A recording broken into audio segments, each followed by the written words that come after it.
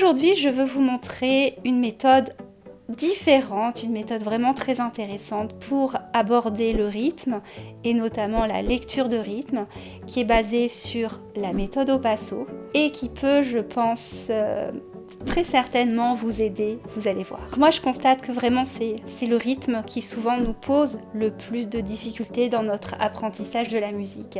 Que ce soit quand on va lire une partition pour jouer sur notre instrument et qu'on a du mal à respecter les rythmes, à respecter le tempo, à la pulsation. Que ce soit par exemple quand on est en cours de formation musicale et puis qu'on doit lire ces rythmes en faisant ta ta ta ta ta. Que ce soit quand on joue en groupe pour jouer bien ensemble, que ce soit également pour improviser et rester en place. Enfin, le problème, moi, je pense qu'il est vraiment lié à un enseignement qui est beaucoup trop intellectuel, trop statique également. Moi, je pense que dans notre apprentissage, il nous manque une étape intermédiaire qui est celle de passer par le corps, le mouvement pour apprendre le rythme. Je pense qu'on aurait tous intérêt de passer par la piste de danse, voilà. Et d'ailleurs, j'ai remarqué que tous les gens qui sont passés par la danse, quand ils arrivent à la musique, eh bien, ils ont beaucoup plus de facilité avec la maîtrise du rythme. Et c'est pour ça qu'aujourd'hui, j'ai eu envie de vous parler plus précisément de la méthode au passo et de ce qu'elle peut vous apporter dans cette maîtrise du rythme et dans votre façon d'aborder la lecture de rythme. Alors déjà, je vais vous montrer le pas de base de la méthode au passo pour des mesures à 4 temps qui sont indiquées sur les partitions par le chiffrage 4, 4 ou C. Donc, si on est droitier, on commence du pied droit. Si on est gaucher, on commence du pied gauche et on va dessiner tout simplement un carré au sol. De cette façon, ça fait 1 pied droit, 2 pieds gauche, 3 je recule pied droit, 4 je recule pied gauche. Donc ça fait 1, 2, 3, 4. Et si je suis gaucher, gauchère, eh bien je commence par le pied gauche et je commence. Donc ça fait 1, pied gauche en avant, pied droit en avant, pied gauche en arrière et pied droit en arrière. Et je dessine ce carré. 1, 2, 3, 4. Donc là, moi je reprends, je suis droitière, donc je reprends des pieds droits. Donc ça fait 1, 2, 3, 4. Et la première chose à faire, c'est d'aller repérer où est le 1, où est le 2, où est le 3, où est le 4. Donc on va le faire, vous pouvez le faire même en même temps que moi, c'est-à-dire qu'on va marcher et je vais vous dire. Donc là, vous allez juste dire le 1. Le 1. Après, on va dire le 3 à la prochaine mesure. Le 3. Après, on va dire le 2. 2. Et après, on va dire le 4. 4. À la prochaine mesure, on va dire le 1 et le 3. 1, 3. Et à la prochaine mesure, on va dire le 2 et le 4. 2, 4. Donc là, on commence déjà à les repérer. Où est-ce qu'il est le 1 ? Quel pied ? Où est le 2 ? Où est le 3 ? Où est le 4 ? Deuxième étape, il s'agit d'arriver à, on ne va plus les dire, mais juste les frapper. Donc, on recommence, et là, on va frapper le 1. Le 1. Après, on va frapper le 3. 3. Le 2. Et le 4. À la prochaine mesure. Le 1 et le 3. Donc là, on laisse une mesure à vide. 1, 3. Et le 2 et le 4. 2, 4. Voilà, donc là, on commence vraiment encore mieux à repérer. On sait vraiment bien où est le premier temps. Le deuxième temps, il est là. Tac, on sait où est le troisième temps. Il est là, super. Et on sait où est le quatrième temps. Si on avait une mesure, on sait donc où est le premier, le deuxième, le troisième, le quatrième temps. Donc maintenant, on va commencer la lecture de rythme. On va commencer par les rythmes les plus simples, donc par la noire. Chaque noire vaut un temps, mais elle ne vaut pas un temps sourd comme ta, ta, ta, ta. La noire, elle va durer vraiment pendant un temps complet jusqu'à ce qu'on mette le pied sur le 2. Tam, tam, tam, tam, ta, ta, ta, ta. Et même pour bien le faire, on va pas dire, on peut juste dire un son ta ta, et puis juste c'est avec l'articulation le ta ta ta ta ta ta ta ta, noir noir noir noir. Après on a des notes, les blanches, qui valent 2 temps. Donc ça va être la même chose que les noirs, sauf qu'on fait durer pendant 2 temps. Ta ta ta ta ta. On va avoir les rondes qui valent 4 temps, donc elles font durer pendant toute la mesure. 1, 2, 3, 4. Ta ta. On a également les blanches pointées qui valent 3 temps. Comment on peut le savoir? C'est-à-dire que la blanche, elle vaut 2 temps. Et chaque fois qu'on rajoute un point, ça veut dire qu'on rajoute la moitié de la durée de la note qui est représentée. Donc par exemple, cette blanche pointée, c'est 2 temps. On rajoute la moitié, 2 plus 1, ça fait 3. Si c'est une noire pointée, la noire, elle faut 1 temps. Donc ça fera 1 temps et demi. Donc là, la blanche, 3 temps. 1, 2, 3, chut. Et au milieu de tout ça, il y a également, on peut rajouter les silences qui sont représentés par ce signe et qui valent 1 temps. Donc si on alterne une noire, un silence, ça va faire ta, ta, to, ta, ta, ta. Là, vous connaissez les noirs, les silences, les blanches, les rondes, les blanches pointées. Et vous avez ce repère au sol pour pouvoir les jouer. Et donc, si je vous donne cette partition, c'est très simple. Ta, ta, ta, ta, ta. Ta, ta, ta, ta. Ta, ta. Et si on le fait en chantant, en improvisant, ça fait ta, ta, ta, ta, ta, ta, ta, ta, ta, ta. Jusqu'à présent, bon, on est sur vraiment des rythmes ultra simples qui tombent sur les temps, les noirs, les blanches, les rondes.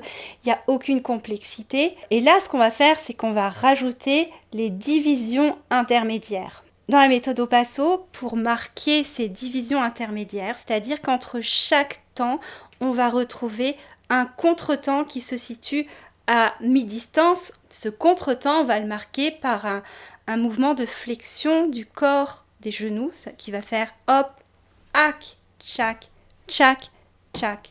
Mais il y a un pas un petit peu simplifié pour l'apprendre qui correspond à ça. 1 et 2 et 3 et 4 et. C'est-à-dire qu'on va être là en extension, les bras tendus, et puis on va faire une petite flexion du corps et hop, on va frapper pour marquer ce et, ce contretemps. Et 2, on est sur le 2, et 3, et 4, et 1, et 2, et 3, et 4, et. Et donc ça va nous permettre de diviser ces temps, ces noirs qui valaient 1 temps, en 2. Et d'obtenir, qu'est-ce qui fait un demi-temps? C'est les croches. Ta ta ta ta ta ta ta ta.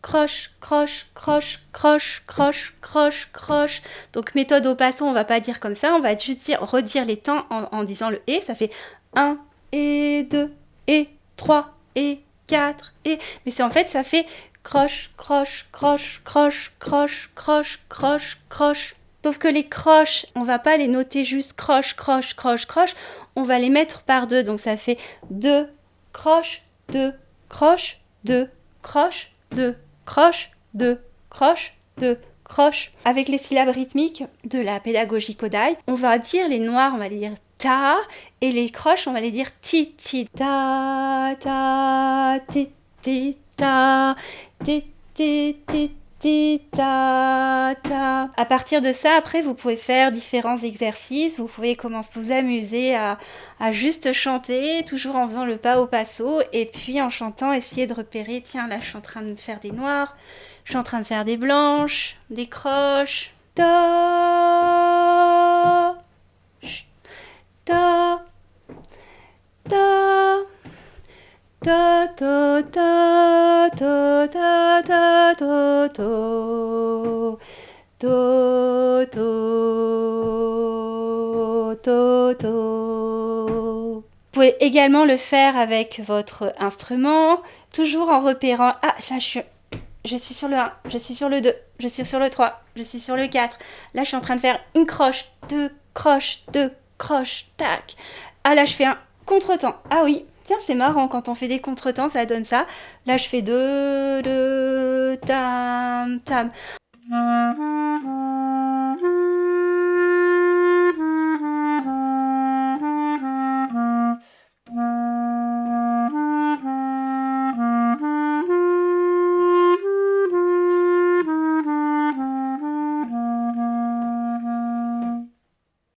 En fait, l'idée, c'est, voilà, je vous parlais de lecture, mais avant de passer à la lecture, c'est vraiment bien de repérer, de faire cette expérience, d'improviser et de voir où je suis, parce que ça va un petit peu dans les deux sens. Quand je lis, je reproduis sur mon instrument. Là, je suis en train de jouer sur mon instrument et j'en suis en train de réfléchir à ce que je suis en train de jouer. Là, je ne suis pas en train de jouer n'importe quoi dans tous les sens. Je sais où je suis et c'est vraiment incroyable pour aussi apprendre à improviser, de savoir, tiens, là, je suis sur le 1, là, je suis en train de faire 2 croches, là, je suis en train de faire ceci. C'est assez puissant comme exercice, vous verrez. Encore un petit exercice, je vous propose de faire cet ostinato. Ostinato, c'est un élément répétitif. Là, c'est un élément rythmique que je vous propose de faire qui correspond à ce rythme et de le faire en frappant dans les mains. 1, 2 et 3, 4.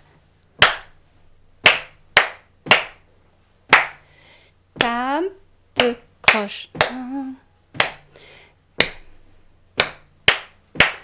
Voilà, donc là, vous vous entraînez bien à le faire. Et après, je vous propose de rajouter une chanson. Alors, une chanson qui fait du 4 temps, une chanson simple que vous avez en tête. Là, c'est une chanson simple pour les enfants. 1, 2, 3, 4, 5, 6, 7. Violette, violette. 1, 2, 3, 4, 5, 6, 7. Violette à bicyclette. En marquant avec au passo. 1, 2, 3, 4, 5, 6, 7. Violette, violette, 1, 2, 3, 4, 5, 6, 7. Violette à bicyclette. Voilà, chanson simple, facile à retenir. Et là, on rajoute cet ostinato. Je vous le répète. 1, 2, 3, 4, 5, 6, 7. Violette, violette, 1, 2, 3, 4, 5, 6, 7. Violette à bicyclette. Et en accélérant, 1, 2, 3, 4, 5, 6, 7. Violette, violette, 1, 2, 3, 4, 5, 6, 7. Violette à bicyclette. Et après, vous pouvez même faire en percussion corporelle. Les noirs, les temps, c'est ici. Et les croches. Donc, stock, ti, ti, ta, ta. 1, 2, 3. Et toujours en faisant le pas au passo. Donc, ça fait tam.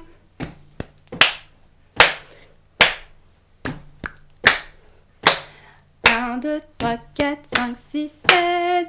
Violette, violette. 1, 2, 3, 4, 5, 6, 7. Violette à bicyclette. 1, 2, 3, 4, 5, 6, 7. Violette, violette. 1, 2, 3, 4, 5, 6, 7. Violette à bicyclette. Voilà, vous voyez, c'est comme assez complexe ce qu'on est en train de faire, c'est-à-dire qu'on est en train de marquer la pulsation, le 1, le 2, le 3, le 4. On chante une chanson et en plus, on va frapper un rythme en même temps. Donc ça demande beaucoup de réflexion. Sans le pas au passo, ça serait vraiment beaucoup plus difficile de penser à la chanson et de ne pas se tromper au niveau du rythme. Et là, c'est beaucoup plus facile parce qu'on sait exactement où sont les croches. Et même si on se trompe, on peut très vite retomber sur nos pas parce qu'on sait que le temps il est là, et là il y a les termes, il y a les 2 croches, le 2 et 3, 4. 1, 2 et 3, 4. On peut vraiment faire des choses très rapidement qui sont vraiment intéressantes avec ce pas au passo, c'est d'une grande aide. Donc à vous de jouer, à vous d'essayer justement avec ce pas au passo. Et ce qui est vraiment intéressant, c'est que on peut pas, comme on marche aussi de façon régulière, on va pas marcher un moment comme ça, il y a cette pulsation on est un peu obligé de maintenir cette pulsation, et c'est vraiment là la base, parce que si on fait le rythme juste en ayant une pulsation instable, ça va être complètement bancal. J'espère que cette petite vidéo vous a plu. Si vous avez des difficultés autres en musique, si vous avez un sujet dont vous souhaiteriez que je parle, n'hésitez pas à me le dire également en commentaire. Et puis, un petit like, ça me fera plaisir. Et enfin, si vous n'êtes pas abonné, n'hésitez pas à le faire. Je vous dis à très bientôt.